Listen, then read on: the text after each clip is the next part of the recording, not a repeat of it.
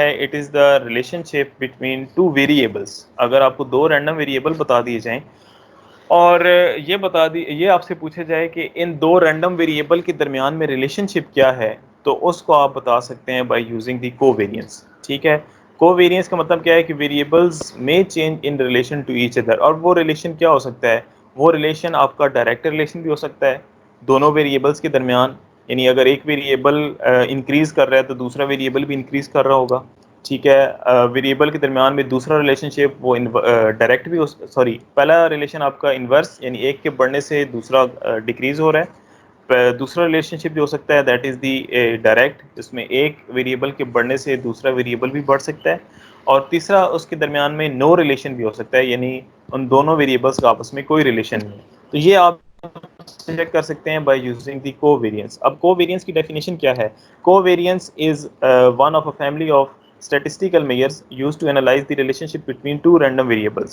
ठीक है, covariance measures how much the movement in one variable predict the movement in a corresponding variable। तो ये basically आपको क्या बताता है? वेरिएबल्स के दरमियान में रिलेशनशिप। ओके, कैसे बताता है? अगर कोवेरिएंस की वैल्यू कैलकुलेट करने के बाद पॉजिटिव आ जाती है, तो पॉजिटिव वैल्यू आपको क्या बताती है? The positive value of the covariance indicate the increasing linear relationship of two variables. ठीक है, अगर कोवेरिएंस की कैलकुलेशन के बाद आपके पास आंसर पॉजिटिव नंबर कोई भी आ जाता है, तो इसका मतलब है कि जो रिलेशनशिप है दोनों वेरिएबल्स के दरमियान दैट इज द इंक्रीजिंग या डायरेक्ट लीनियर रिलेशनशिप, एक वेरिएबल के बढ़ने से दूसरा वेरिएबल इंक्रीज होगा। अगर कोवेरिएंस की वैल्यू कैलकुलेट करने के बाद नेगेटिव आ जाती है, नेगेटिव वैल्यू जो मर्जी हो, तो नेगेटिव वैल्यू आपको क्या बताती है? The negative value of the covariance indicates the decreasing linear relationship of two variables. तो आपके पास जो रिलेशनशिप होगा वो क्या होगा? वो डिक्रीजिंग होगा, यानी अगर एक वेरिएबल इंक्रीज कर रहा होगा तो दूसरा वेरिएबल आपका डिक्रीज कर रहा होगा। और अगर कोवेरिएंस की वैल्यू कैलकुलेट करने के बाद ज़ीरो आ जाती है, तो इसका मतलब क्या है कि if covariance is zero then there is no relationship between two variables. दोनों वेरिएबल्स के दरमियान में आपके पास कोई रिलेशनशिप नहीं है, आपके पास जो डेटा है दोनों वेरिएबल्स का वो रैंडम है या स्कैटर्ड है। ठीक है, तो इसको ज़रा ग्राफिकली एनालाइज करते हैं। अगर आपके पास ये दो रैंडम वेरिएबल हों एक्स एंड वाई, जो कि आपको यहाँ पे मेंशन है, अगर कोवेरिएंस की वैल्यू कैलकुलेट करने के बाद पॉजिटिव आ जाती है, तो इसका मतलब है एक्स भी आपका इंक्रीजिंग है और वाई भी आपके पास इंक्रीजिंग है। या दूसरे केस में अगर इसकी वैल्यू पॉजिटिव आ जाती है, तो अगर आपके पास एक्स डिक्रीजिंग है तो वाई भी डिक्रीजिंग होगा। ठीक है, यानी दोनों के दरमियान में डायरेक्ट रिलेशन होगा पॉजिटिव कोवेरिएंस के लिए। अगर उसकी वैल्यू नेगेटिव आ जाती है, तो ये जो ग्रीन कलर की लाइन है, इसका मतलब क्या है कि एक्स आपका डिक्रीज कर रहा है यानी नेगेटिव साइड की तरफ जा रहा है, लेकिन वाई आपका इंक्रीजिंग है। तो दोनों के दरमियान में रिलेशन क्या है? That is the inverse. या दूसरे अल्फाज में अगर आप इस क्वाड्रेंट को देखें, तो इसमें एक्स की वैल्यू तो इंक्रीज कर रही है लेकिन वाई की वैल्यू डिक्रीज कर रही है। तो जब वैल्यू आपके पास पॉजिटिव होगी तो दोनों के दरमियान में डायरेक्ट रिलेशन होगा, यानी अगर एक वेरिएबल इंक्रीज कर रहा है तो दूसरा भी इंक्रीज करेगा, या दूसरे अल्फाज में एक वेरिएबल अगर डिक्रीज कर रहा है तो दूसरा भी डिक्रीज करेगा। लेकिन अगर वैल्यू नेगेटिव आ जाती है तो एक वेरिएबल के इंक्रीज होने से दूसरा वेरिएबल डिक्रीज होगा। ठीक है, दोनों के दरमियान में इनवर्स रिलेशनशिप होगा। ओके, आगे चलते हैं। फॉर एग्जांपल, अब ये आपको एक एग्जांपल दी गई है कि investigate the relationship between cigarette smoking and lung capacity.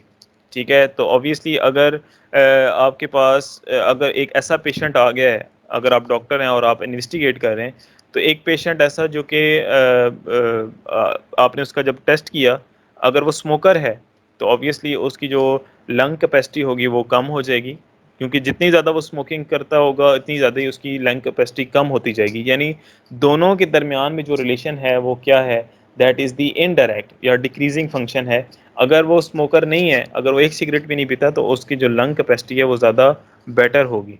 तो आपके पास अगर आप इसको ग्राफिकली एनालाइज करें, फॉर एग्जांपल आपने पहला सैंपल लिया, तो पहले सैंपल में एक बंदा ऐसा है जो कि कोई सिगरेट नहीं पीता। ठीक है, तो उसकी लंग कैपेसिटी है 45।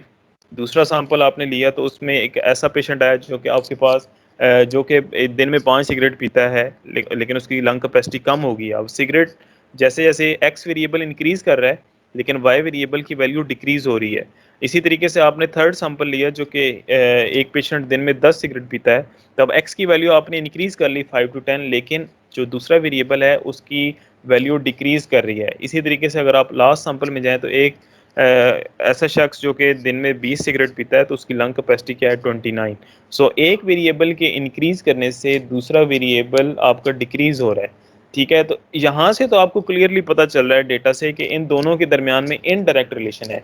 लेकिन बाज़ औक़ात आपको रिलेशनशिप देखने से नहीं पता चलता कि ये इंक्रीजिंग है या डिक्रीजिंग, तो उसके लिए आप क्या करते हैं, आप कोवेरिएंस को कैलकुलेट करते हैं। अगर आप इसी डेटा को ग्राफिकली एनालाइज करें तो आप देखें एक्स एक्सिस में आपके पास है स्मोकिंग, ठीक है, और वाई एक्सिस में आपके पास है लंग लंग कैपेसिटी। तो जैसे जैसे आप स्मोकिंग स्मोकर जो हैं वो ऐसे शख्स जो कि ज़्यादा स्मोकिंग करता है तो आप देखें उसका ग्राफ डिक्रीज़ कर रहा है।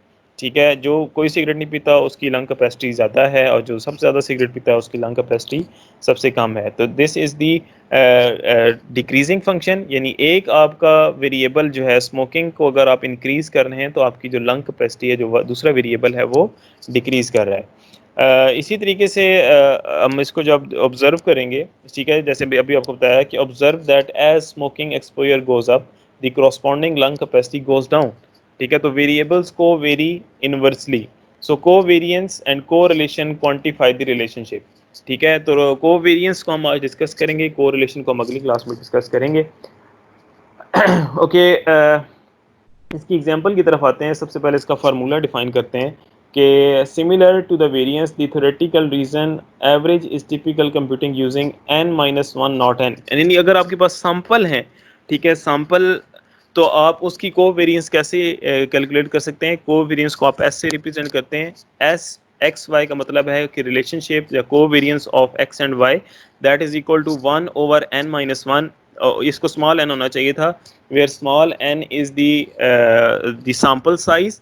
ठीक है जी, n-1 summation from i is equal to 1 टू n-1 होना चाहिए। This is X I minus x bar into yi minus y bar, where x bar is the mean value of x and y bar is the mean value of y. Okay, population के case में यहाँ पे क्या होगा, ये divide by n होगा। ठीक है, ये सैंपल के केस में 1/n-1 और सैंपल के पॉपुलेशन के केस में क्या होगा, दिस इज 1/N। ये आपने याद रखना है। जैसे आपने वेरिएंस को डिफाइन किया था for the case of sample and population, तो उसमें आपने सैंपल को n-1 से डिवाइड किया था, तो सेम यहाँ पे कोवेरिएंस के अंदर भी आप उसको n-1 से डिवाइड करेंगे। और वहाँ पे पॉपुलेशन को आपने डिवाइड किया था कैपिटल N से, तो यहाँ पे कोवेरिएंस कैलकुलेट करते वक्त अगर आपने पॉपुलेशन की कोवेरिएंस कैलकुलेट करनी है तो आपने इसको कैपिटल N से डिवाइड करना है। ओके, इसी की कोवेरिएंस हम कैलकुलेट करते हैं जो भी आपने एग्जांपल देखी। आपके पास टेबल आपको प्रोवाइडेड है, अगर आप उसकी मीन वैल्यू निकालें तो मीन वैल्यू आपके पास क्या बनती है, X bar that is equal to 10। तो इसकी मीन वैल्यू कैसे निकालेंगे, आप इन सब को आपस में ऐड करेंगे, डिवाइड बाय आपके पास जितने नंबर ऑफ सैंपल हैं आप उससे उसको डिवाइड कर देंगे। तो इसको अगर आप कैलकुलेट करें तो this is 10 plus 5 15, 15 plus 15 30, 30 plus 20 that is 50। Total number of sample 5 हैं, तो 50 डिवाइड बाय 5 दैट इज 10। आपने x की भी मीन वैल्यू निकाल ली और आपने y की मीन वैल्यू भी कैलकुलेट कर ली। Okay, according to the formula आपको चाहिए एक्स आई माइनस एक्स बार, यानी x की हर वैल्यू को आपने मीन से माइनस करना है और y की हर वैल्यू को आपने मीन से माइनस करना है। सो मैंने एक टेबल क्रिएट किया जिसमें मैंने x की हर वैल्यू को उसकी मीन से माइनस किया, यानी इसकी मीन वैल्यू थी 10 x की, तो 0 minus 10, 5 minus 10, 10 minus 10, 15 minus 10 and 20 minus 10, आपके पास ये वैल्यू आ गई। आपने इसी तरीके से अगर आप कॉलम नंबर 4 पे आ जाएं, कॉलम नंबर 2 के बाद कॉलम नंबर 4 पे, तो y माइनस वाई बार, तो उसकी मीन वैल्यू थी 36। ठीक है, तो मैंने y की हर वैल्यू को 45 minus 36 that is 9, 42 minus 36 that is 6, और इसी तरीके से मैंने इसको हर मीन की हर वैल्यू को मीन से माइनस कर लिया, आपके पास ये आ गया। अब मुझे फार्मूले में चाहिए इनका प्रोडक्ट, x माइनस एक्स बार और y माइनस वाई बार का प्रोडक्ट। तो मैंने इनको आपस में मल्टीप्लाई किया और इसको एट द एंड मैंने ऐड अप कर लिया, दैट इज़ 215। तो 215 को आपने डिवाइड किससे करना है, आपने 215 को डिवाइड करना है n-1 के साथ, क्योंकि ये आपने सैंपल लिए हैं, आपने पूरी पॉपुलेशन को नहीं देखा, जस्ट आपने 5 सैंपल लिए। तो इसको डिवाइड आप करेंगे n-1 के साथ, तो -21 बाय -215 डिवाइडेड बाय 4। ठीक है जी। तो एट द एंड आपके पास कोवेरियंस की जो वैल्यू आती है दैट इज -53.75। तो नेगेटिव वैल्यू आ गई तो इसका मतलब है कि जो कोवेरियंस है आपकी वो इसका रिलेशनशिप दोनों वेरिएबल्स का आपस में क्या है, that is the decreasing relationship, यानी एक वेरिएबल के इंक्रीज करने से दूसरा वेरिएबल आपका डिक्रीज होगा।